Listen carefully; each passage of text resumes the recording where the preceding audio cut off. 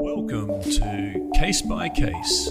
This is a podcast series brought to you by Callum Chain and Luke Zadkovich from Xylofluid Zadkovich. How are you today, Callum? I'm very good. I think this is our fastest ever podcast from delivery of the judgment, or the judgment being handed down, to recording. I think you're right. We've gotten more excited than we usually do. What are we talking about? A matter of hours between publication of the judgment and jumping on here to hit record. Exactly. Something like that. And look, great. I'm looking forward to getting into this one. It's a meaty English Supreme Court decision on unseaworthiness. They don't come along every day. But before I do, I thought I'd open today by welcoming everyone. We really enjoy and are grateful for you for your patronage and listening in to the podcast. We would be delighted if you clicked follow on Spotify and Apple Podcasts, or subscribe, whatever it is. And please do share this with your internal teams. We're trying to build up our readership, and if you think that some of your colleagues, whether it's on the legal side, the commercial side, or indeed the operational side, please do feel free to bring this to their attention. We'd be grateful. Totally agree. We appreciate all of you, and equally, please do keep getting in touch with feedback or requests. We do take those very seriously, and a number of these podcasts have actually come about because of specific requests from certain listeners. So please do keep those coming too. Yeah, absolutely. And we had Mark today for releasing a podcast on estoppel, but as mentioned, this one's hot off the press, so we thought we might shift around our lineup, and the episode with Aidan will come through next Thursday, and today we're talking about the decision in the Elise 1954 and another appellants versus Allianz Elementar, and as respondents, and this is before Lord Reed, who's the President of the Supreme Court, Lord Briggs, Lady Arden, Lord Hamlin and Lord Leggett, delivered on 10 November 2021. It was heard in July, over 2 days. So where do we start with this one, Callum? Well, I think first we note the significance of the judgment. It's probably best known to our listeners as the CMA CGM Libra, and they may have been aware of this case as it went through the court structure all the way up to the Supreme Court, looking at the question of seaworthiness, looking at the obligation to exercise due diligence to ensure that a ship is seaworthy. And really honing in on this point about whether seaworthiness is a test of a vessel's navigable state or a test of the vessel's navigation by the master and crew. Yeah, it's a decision. Well, it's a case that I know we've followed as it's gone through. I think we've written about it, perhaps spoken about it a couple of times since it's come through, and it is good to see and to come back to these cases as they pass through from a theoretical, academic kind of perspective, to see how the different levels of courts address the cases. And in this one, Mr. Justice Tier, who is an Admiralty judge who gave the first instance decision, has had his judgment upheld both through the Court of Appeal and the Supreme Court. Exactly, and the Supreme Court judgment really ties together all of the thinking of the lower courts. It's a really, really good judgment. I was reading through this and thinking this could be a textbook on unseaworthiness, on the Hague Rules. It touches on so much authority. It's extremely thorough. It's extremely readable as well. So it's one of those judgments that I'd really recommend to our listeners to go onto the Supreme Court website and find the judgment and give it a read if you have any issues coming up around unseaworthiness and the exercise of due diligence or the Hague Rules. It's a fantastic judgment. Yeah, I couldn't agree more. It's it's going to become, I dare say, one of the first decisions that are given to maritime law students studying English law and beyond English law. It's as you say, thorough. It's well set out, of course, but it just goes through all the points so thoroughly. I also couldn't help but see the very helpful summary at the end. You don't often see that. No, you don't. That was helpful. Yeah, in the decision itself. So you could, listen to this podcast and what we make of it, or you could just go to the last 2 pages of the judgment and read bullet points of the court summary. We'll see our listenership drop off a cliff after that. Jokes aside, there are some interesting points that came out of this, and there's some comparative law issues in there. I think it's also worth listening in if you're on the operational side of ship owners and indeed charterers as well, because we'll touch on, I dare say, the facts around passage planning and how important that is for ship owners, obviously for navigational purposes, but even from a responsibility and liability perspective in view of this decision. I think it's an area to really think about as a ship owner. Totally agree. So shall we start with the facts, as we tend to? Give some context for the law. So the vessel was, of course, the CMA CGM Libra, and there was a grounding of the vessel at Xiamen port in China, where the vessel had essentially deviated off from the buoyed fairway and had grounded. There was a notice that was kind of provided with the navigational charts that gave some warning about a potential grounding in this area. The latest version of the charts had been sent by the owners to the vessel. The vessel had received the up-to-date notice, but the notice had not been annotated to the chart. And the vessel then ultimately had this grounding event, and there was significant damage, and a number of parties were GA was declared. That's general average, which we've discussed in a previous podcast. But effectively, general average is something that can be declared by a ship owner, where they have to take certain steps in order to preserve the voyage for the benefit of all the interested parties. And when the ship owner declares general average, then they seek a contribution from all those interested parties in order to keep the voyage going. So in this instance, the vessel owners declared general average for the repair work following the grounding, and a number of the cargo interests said, no, we're not paying general average. The basis on which they said they weren't paying general average was that the general average event itself, the grounding, was caused, they said, by some actionable fault of the owners, and that's the defence to a general average claim. Just pausing there for a moment, Callum, and it's somewhat of an aside, but did you pick up that most of the cargo owners did actually pay their contribution to general average, and it was only 8% of cargo interests that refused to do so, which equated to... I did see that. Sorry?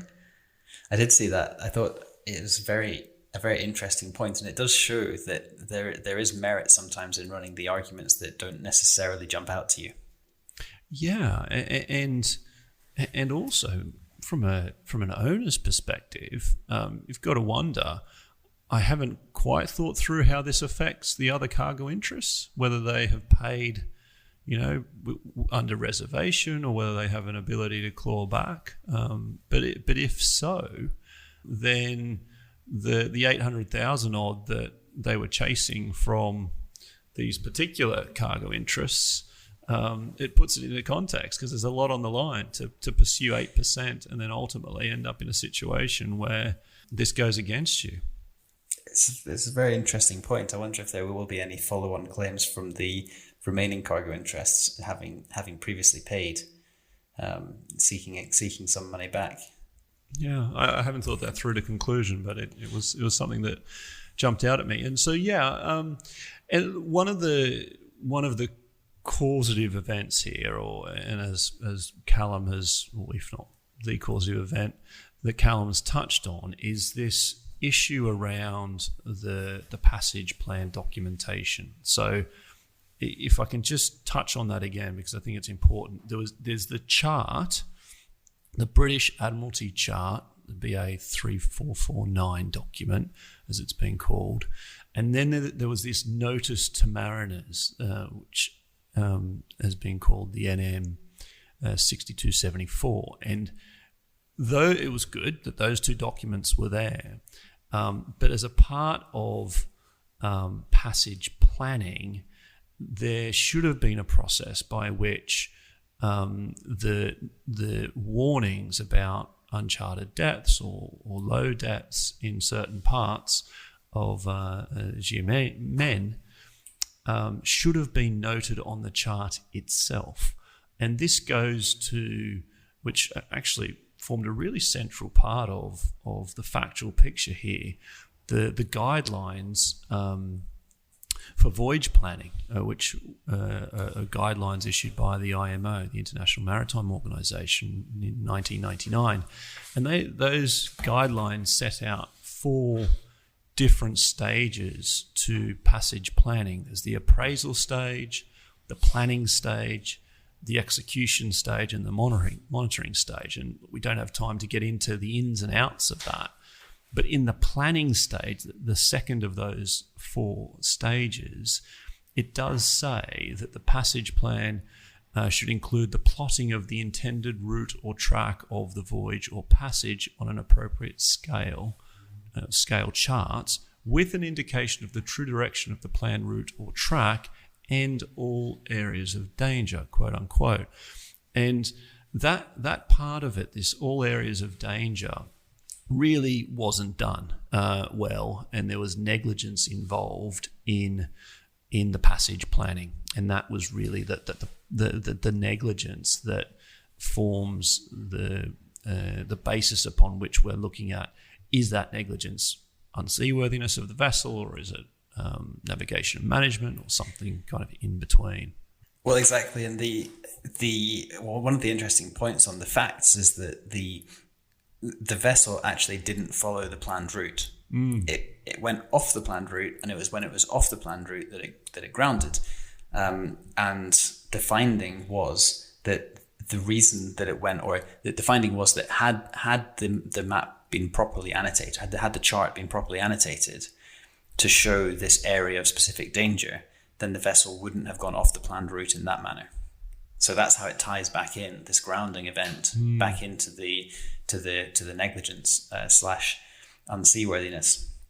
And it really hinges in large part on Article 3 and Article 4 of the Hague Rules, which I imagine will be familiar to a number of our listeners, but maybe not all of them. So for the benefits of them, and I think probably for us in going through this podcast, I'm just going to kind of read in Article 3, which says the carrier shall be bound before and at the beginning of the voyage to exercise due diligence to A, make the ship seaworthy, and then it goes on to say properly man, equip and supply the ship, and also make the holds, refrigerating and cool chambers and all of the parts of the ship in which the goods are carried fit and safe for the reception, carriage and preservation. And then it says Article 3, Rule 2, subject to the provisions of Article 4, the carrier shall properly and carefully load, handle, stow, carry, keep, care for and discharge the goods carried. So the effect of Article 3 of the Hague Rules and the Hague-Bisbee Rules is to set out responsibilities and liabilities of the carrier.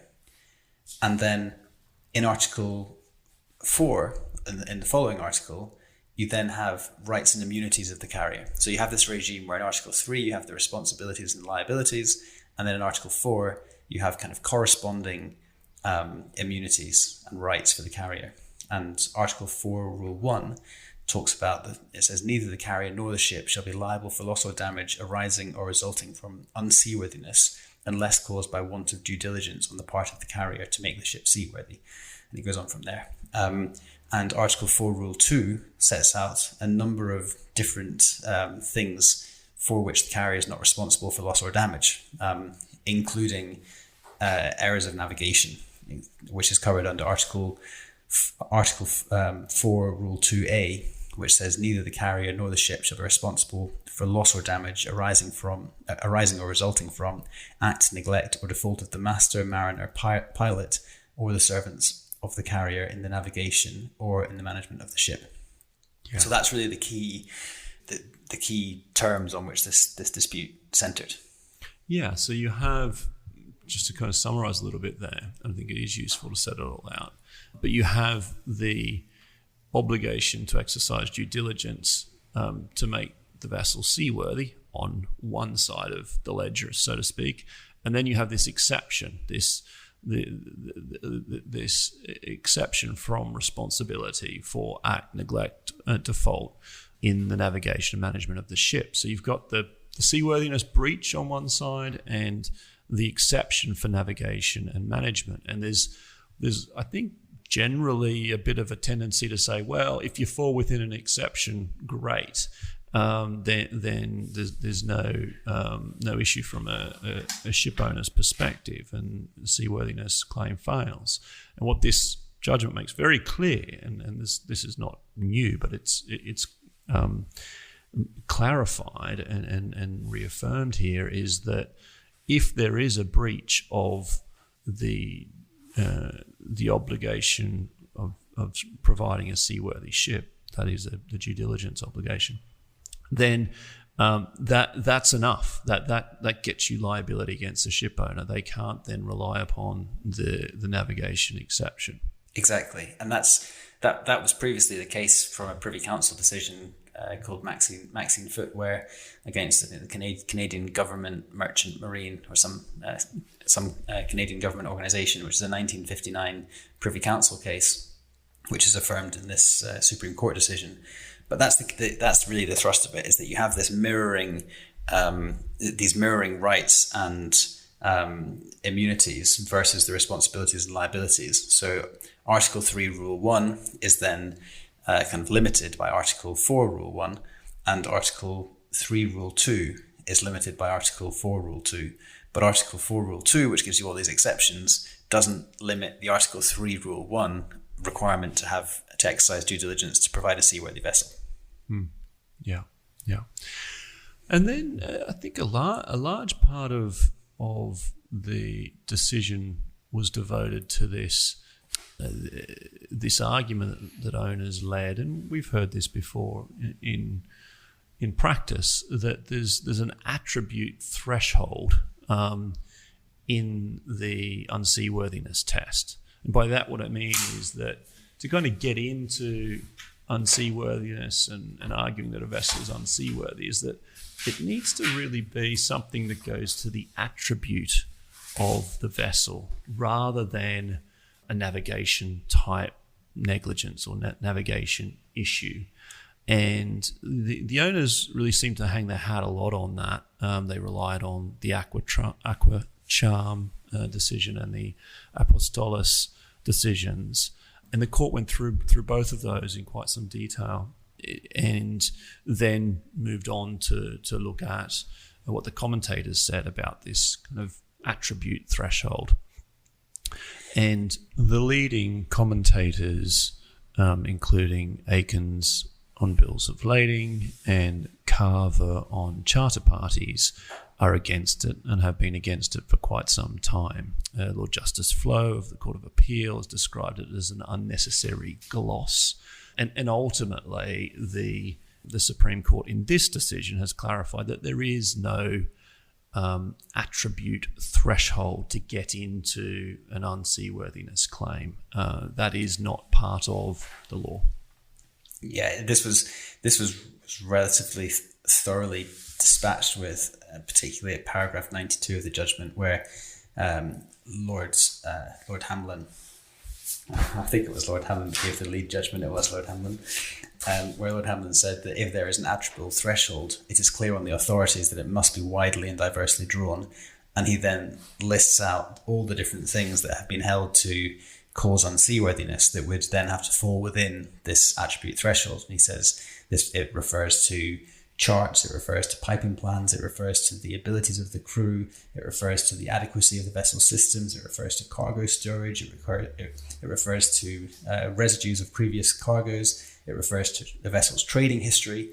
And if all of those things have to be contained within a general legal concept of this attribute threshold to get into seaworthiness, then it's very unclear what the nature of the attribute would have to be. And so the test kind of falls. And if you, as you say, Luke, that's also the position from Aikens and Bills and Carver on charter parties. So it's a pretty esteemed company to that say that there is actually, in fact, no attribute threshold. Yeah, exactly. I think Carver says that a requirement that the cause of the damage must be an attribute of the ship itself rather than an extrinsic cause can be difficult to apply in practice and can lead to anomalies. Exactly. I think that really sums it up. So then the court looked at this this other test, the prudent owner test, and this is set out in Carver, a treatise on the law relating to the carriage of goods by sea, and it has been around for a long old time. There is the point made in this judgment that it is not a universal test of unseaworthiness. So you don't look at the prudent owner test and say, well, does it fit within that or not? Then that's the answer to unseaworthiness. But it is a useful place to start. And really the prudent owner test is if the owner were to be aware of the alleged unseaworthiness condition, defect, or whatever it is, would they correct that, or would they remedy that prior to the vessel going out to sail? Acting prudently, and that's a useful test, as the Supreme Court has noted here, because there's an element of flexibility. There's objectivity in it, but there's also flexibility to deal with different scenarios. So the court reaffirmed that is a useful place to start. It comes from the McFadden and Blue Star case in 1905, and it's really a useful place to start on any unseaworthiness analysis, but it's not the end point. It's not the only point, even though it's the usual and conventional test. Yeah, and I felt like this was almost a point where owners had succeeded in getting a pretty helpful authority, for future cases, really in the legal terms that they wanted. It was just that on the facts they then didn't kind of bring home the arguments that they were going for. But it seemed, following this Supreme Court decision, there's almost a gateway test, which is that first off, there has to be this thing which a prudent owner, so there has to be some sort of defect or an issue which a prudent owner would not have left in its defected state for something to be unseaworthiness, but also that issue, that problem, that defect has to sufficiently affect the fitness of the vessel to carry the goods safely on the contractual voyage.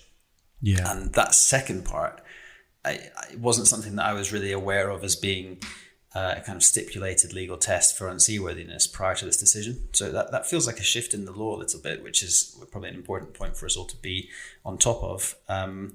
And it's kind of one which owners succeeded in getting across the line. It's just that they then, on the facts, the judge, the Supreme Court held that in this instance, the defect did sufficiently affect the fitness of the vessel to carry the goods safely. So they, despite having this tweak in the law, they didn't get home on it. It's a good point to emphasise.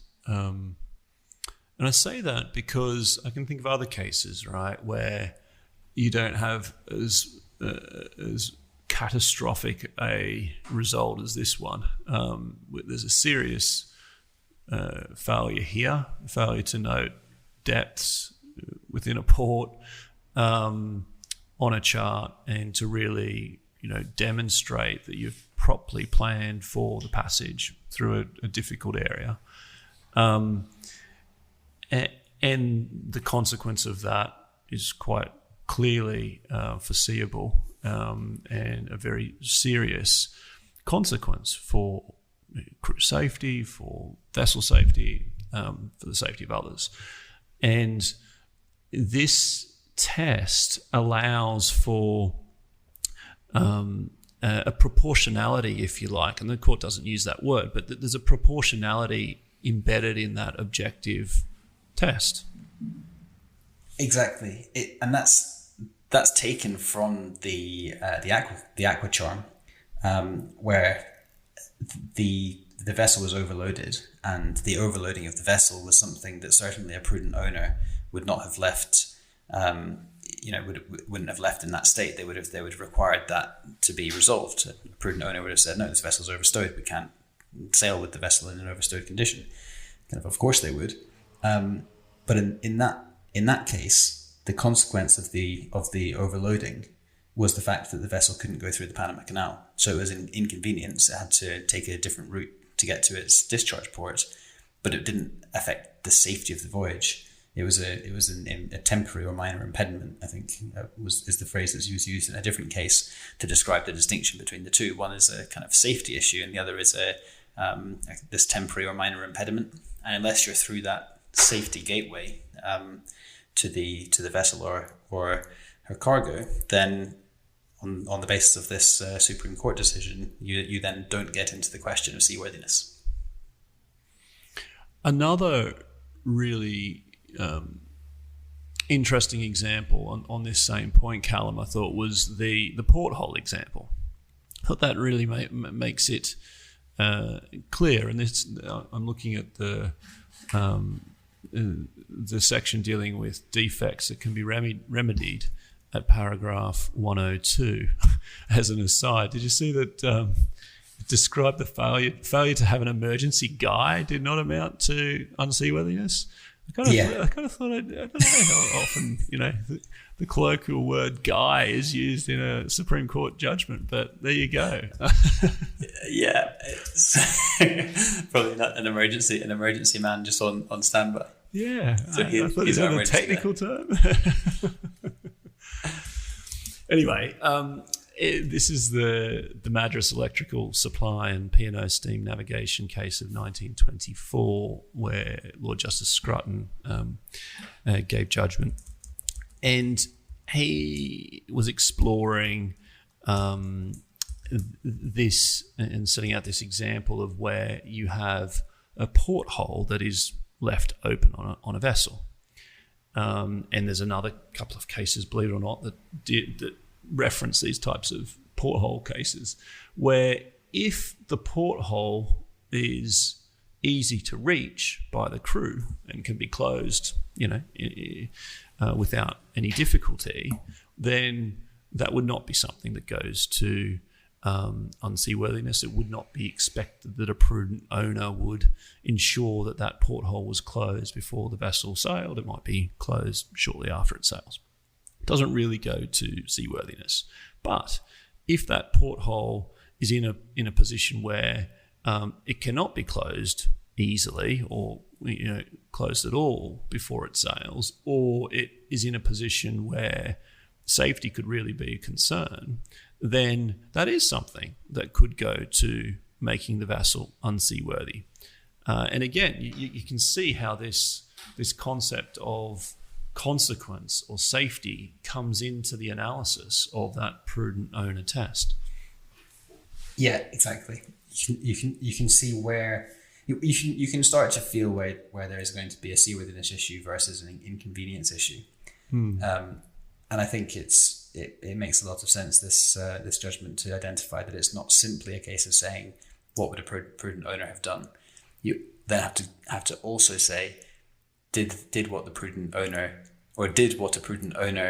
would not have done that was done, and in fact in this case, did that affect the fitness of the vessel to carry the goods safely? Yeah. Just changing tack a little bit. I thought I was interested by the US case law analysis in this. And again, this was something introduced by owners as the appellants trying to overturn the decision. And they were pointing to a number of US cases to say why the attribute threshold should be part of the seaworthiness test or unseaworthiness test, and also other cases to support their position. And it was an interesting analysis, as Callum and our listeners have no doubt come to hear. We are very interested in differences between the English position on shipping cases, commodity cases, and the US position, because we handle cases on both sides of the Atlantic. I'm an English solicitor and a New York attorney, and Callum's an English solicitor, and regularly has work on both sides of the Atlantic as well. So we're often curious about those differences, highlighting them, looking at them. And what struck me about this area of the decision was that there were some cases introduced by the owners, and the court really looked at those and said, well, they would have been of assistance to owners if they demonstrated a uniform approach. And I was trying to think, is that uniform between the US and between England, or is that uniform within the US? And I think actually it was a combination of both. And I've got some points on that, Callum. But did you have any observations on the US section? I did, and I think it went to something that was talked about at the top of the judgment, where they looked at the history of the implied obligation of seaworthiness, the fact that there was then owners found themselves in a very strong bargaining position at the start of the 20th century, and then as a kind of rowing back of the way that owners were contracting out of their absolute obligation of seaworthiness, you then ended up with this international treaty, the Hague Rules, which pulled together a compromise effectively between the cargo interests on the one side and the vessel owners on the other side. And there's also a very recent Supreme Court authority that says that when you're dealing with interpretation of an international document or an international set of terms, like the Hague Rules are, really what the court should be doing is not trying to apply any kind of English law idiosyncrasies to those terms. They should be trying to interpret those terms in the way that they're helpful to be interpreted in the international context which they were designed to achieve. And I think that's where this US law, these US law cases really, the door is kind of opened for owners to bring in these arguments where they say, look, there's a wealth of authority in under US law, and it makes sense internationally or it makes sense under English law principles for the international interpretation of the Hague Rules to be consistent. And that's why we need to really give a special standing to the US courts' approach to the Hague Rules. And I think the fact that the US courts have not necessarily interpreted them in the different circuits or in the different stages in an entirely consistent way meant that the Supreme Court here was able to say, okay, well, if there had been a really consistent US approach that had some kind of bearing on the way that the English courts have also interpreted these decisions or interpreted these terms, then we would be minded to follow it. But in this case, there hasn't been that consistent approach doesn't exist. So we're not falling foul of any internationally agreed interpretation of the Hague Rules by interpreting it the way that we think they're written. Yeah, well said. Well said. And that was a key point, wasn't it? Because there was this decision going back many years, I think 1901, the International Navigation and Farr and Bailey Manufacturing decision from the US Supreme Court. It's the highest court in the US, which it found that it was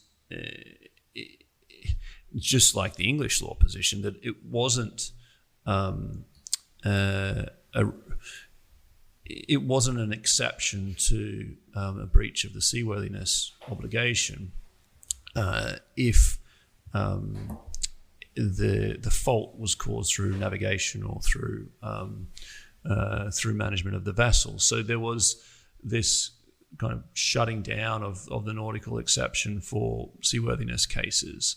And that goes back many, many years from the highest court in the US. And then the owners relied on decisions from other particular circuits. So, the US is split up into different circuits.